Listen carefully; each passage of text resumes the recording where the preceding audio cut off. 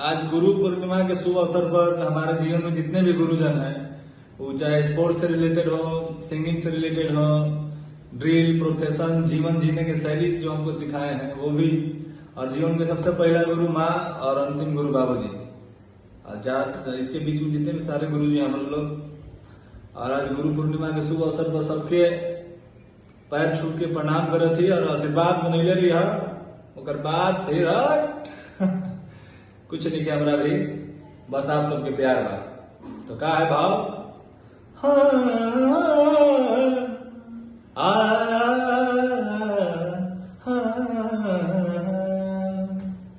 गुरुर् ब्रह्मा गुरुर्विष्णु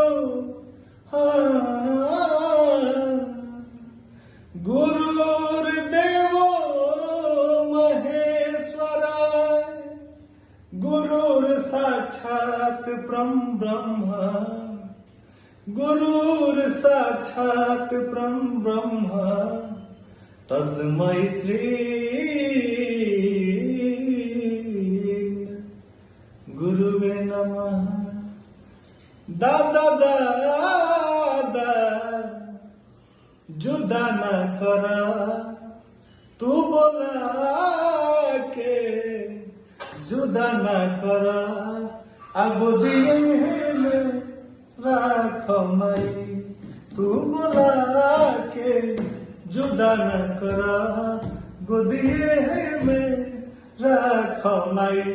और आज रांची आईली पहाड़ी मंदिर में भी भोले बाबा के दर्शन भइल, बहुत अच्छा लागल और दर्शन भी संजोग से हो गए। आज गुरु पूर्णिमा रहे, ठीक है। तो एगो हो भाव बोल बमायल हो भैया। बसे ब्रह्मा बसे विष्णु मसे देव महेश अबुल बम के सुमिरन से होला भक्ति के श्री गणेश। मन करेला है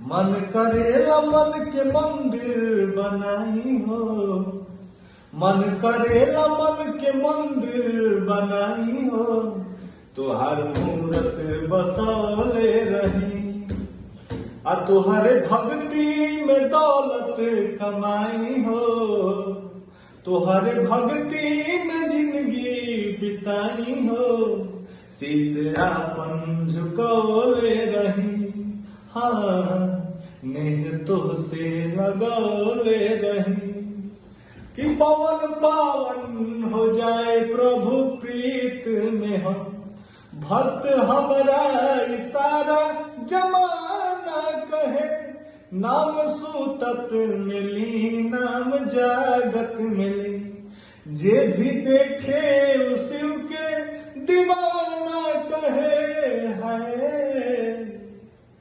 भाव भक्ति के है